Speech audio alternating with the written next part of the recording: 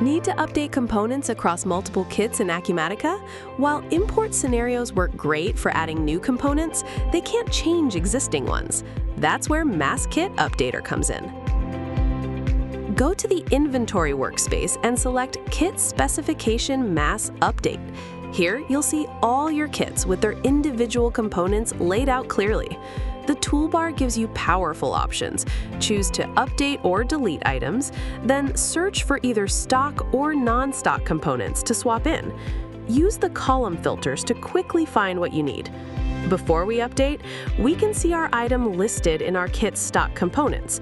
Now back on the Mass Kit Updater screen, find the component we will be swapping in using the search bar. Then either select specific kits or process them all at once.